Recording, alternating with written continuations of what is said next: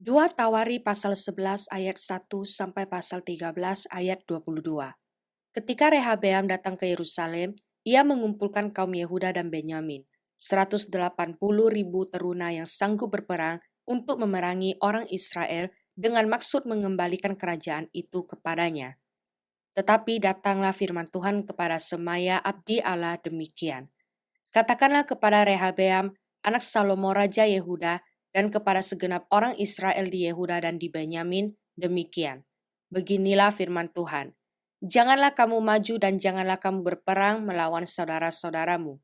Pulanglah masing-masing ke rumahnya, sebab akulah yang menyebabkan hal ini terjadi. Maka mereka mendengarkan firman Tuhan dan pulang dengan tidak pergi menyerang Yerobeam. Rehabeam diam di Yerusalem dan memperkuat kota-kota kubu di Yehuda.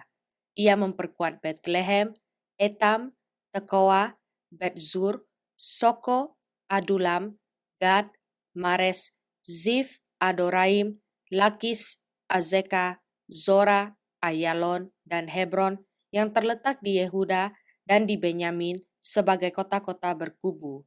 Ia memperkokoh kota-kota kubu itu dan menempatkan di situ kepala-kepala pasukan dengan persediaan makanan, minyak, dan anggur. Perisai dan tombak pun disediakan di tiap-tiap kota. Ia membuat kota-kota itu amat kokoh, demikianlah Yehuda dan Benyamin menjadi daerah kekuasaannya. Para imam dan orang Lewi di seluruh Israel datang mengabungkan diri dengan dia dari daerah-daerah kediaman mereka, sebab orang Lewi meninggalkan tanah pengembalaan dan milik mereka, lalu pergi ke Yehuda dan Yerusalem, oleh karena Yerobeam dan anak-anaknya melarang mereka memegang jabatan imam Tuhan dan mengangkat bagi dirinya imam-imam untuk bukit-bukit pengorbanan, untuk jin-jin, dan untuk anak-anak lembu jantan yang dibuatnya. Dari segenap suku Israel, orang datang ke Yerusalem mengikuti orang-orang Lewi itu, yakni orang yang telah membulatkan hatinya untuk mencari Tuhan Allah Israel. Dan mereka datang untuk mempersembahkan korban kepada Tuhan Allah nenek moyang mereka. Demikianlah mereka memperkokoh kerajaan Yehuda dan memperkuat pemerintahan Rehabeam bin Salomo selama 3 tahun, karena selama 3 tahun mereka hidup mengikuti jejak Daud dan Salomo. Rehabeam mengambil Mahalat anak Yerimot bin Daud dan Abihail binti Elhiya bin Isai menjadi istrinya, yang melahirkan baginya anak-anak lelaki ini, Yewush, Semaria, dan Zaham. Sesudah Mahalat, ia mengambil Maakah, anak Absalom, menjadi istrinya, yang melahirkan baginya Abia, Atai, Ziza, dan Selomit. Rehabeam mencintai Maakah, anak Absalom itu, lebih daripada semua istri dan gundiknya. Ia mengambil 18 istri dan 60 gundik dan memperanakkan 28 anak laki-laki dan 60 anak perempuan. Rehabeam mengangkat Abia, anak Maakah, sebagai pemuka, yakni sebagai pemimpin di antara saudara-saudaranya, karena ia bermaksud menjadikan dia raja. Oleh sebab itu ia mengambil kebijaksanaan untuk menyebarkan semua anaknya yang lain ke seluruh daerah Yehuda dan Benyamin, ke segala kota kubu. Ia memberikan mereka makanan dengan limpahnya dan menyediakan bagi mereka banyak istri. Rehabeam beserta seluruh Israel meninggalkan hukum Tuhan, ketika kerajaannya menjadi kokoh dan kekuasaannya menjadi teguh. Tetapi pada tahun kelima zaman Raja Rehabeam, majulah Sisak Raja Mesir menyerang Yerusalem karena mereka berubah setia terhadap Tuhan.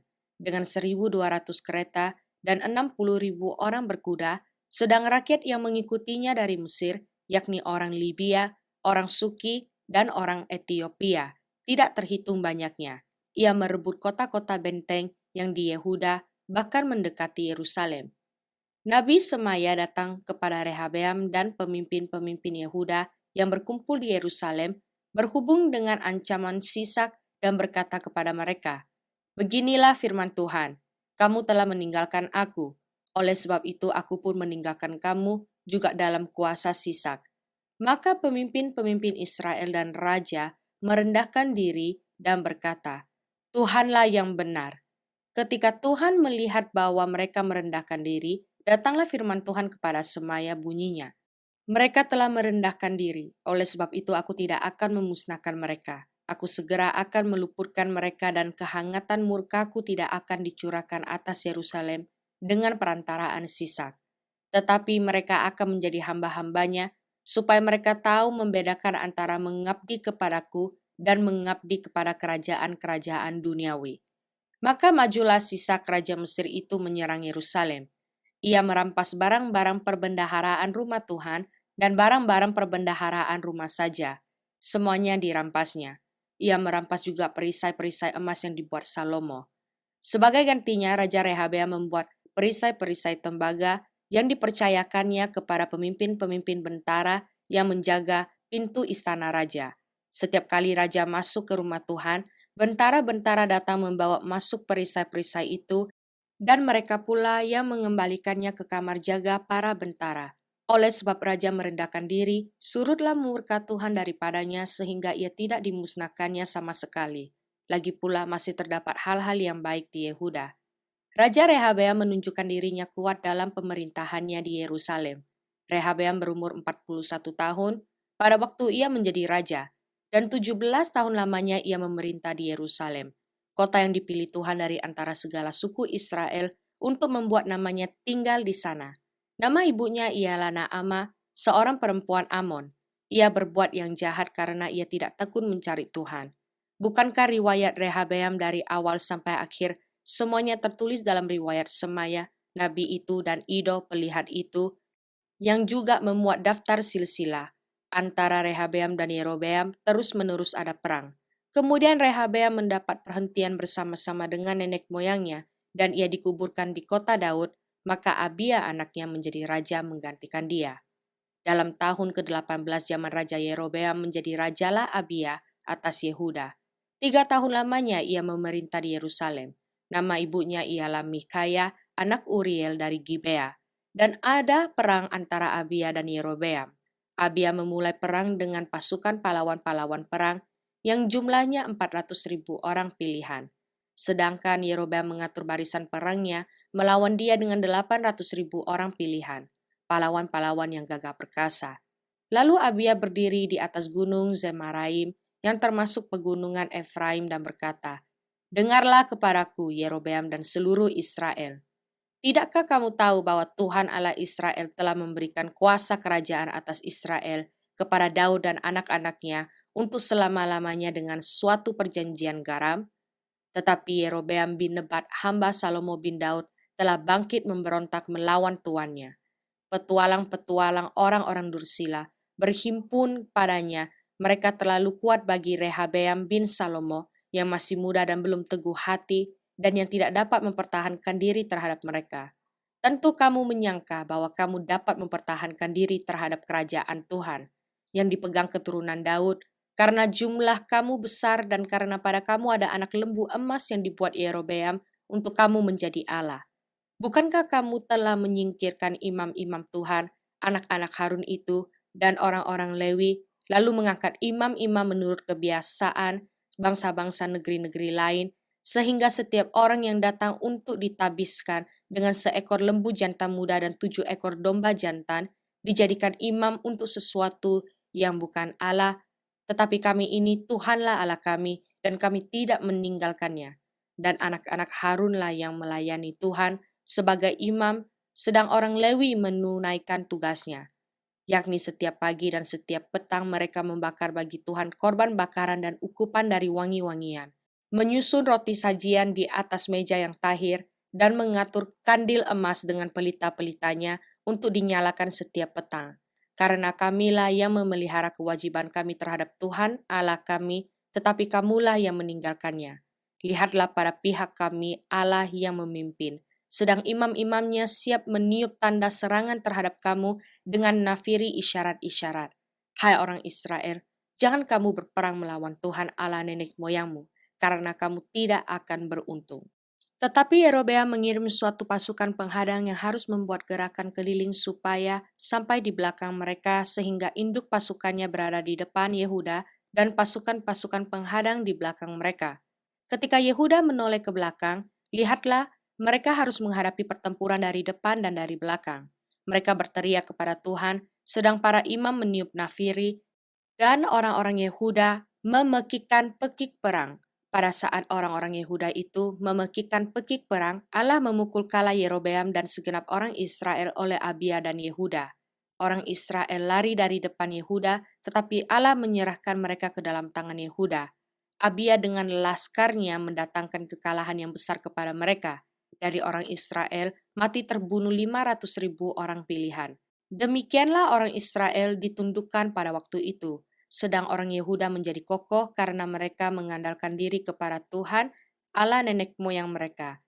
Abia mengejar Yerobeam dan merebut daripadanya beberapa kota, yakni Betel dengan segala anak kotanya, Yesana dengan segala anak kotanya, dan Efron dengan segala anak kotanya. Tak pernah lagi Yerobeam mendapat kekuatan di zaman Abia. Tuhan memukul dia sehingga ia mati. Abia menunjukkan dirinya kuat. Ia mengambil 14 istri dan memperanakan 22 anak laki-laki dan 16 anak perempuan.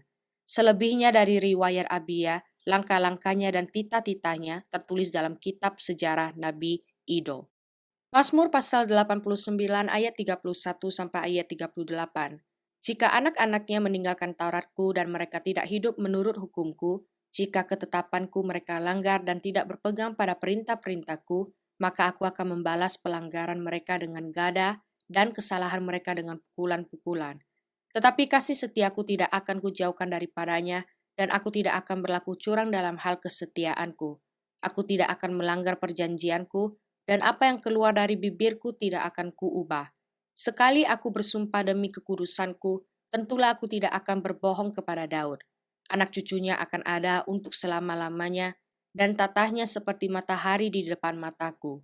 Seperti bulan yang ada selama-lamanya, suatu saksi yang setia di awan-awan. Selah. Amsal pasal 19 ayat 4 sampai ayat 5. Kekayaan menambah banyak sahabat, tetapi orang miskin ditinggalkan sahabatnya. Saksi dusta tidak akan luput dari hukuman, orang yang menyembur-nyemburkan kebohongan tidak akan terhindar. Kisah para Rasul pasal 24 ayat 10 sampai ayat 27.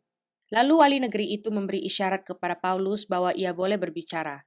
Maka berkatalah Paulus, "Aku tahu bahwa sudah bertahun-tahun lamanya engkau menjadi hakim atas bangsa ini.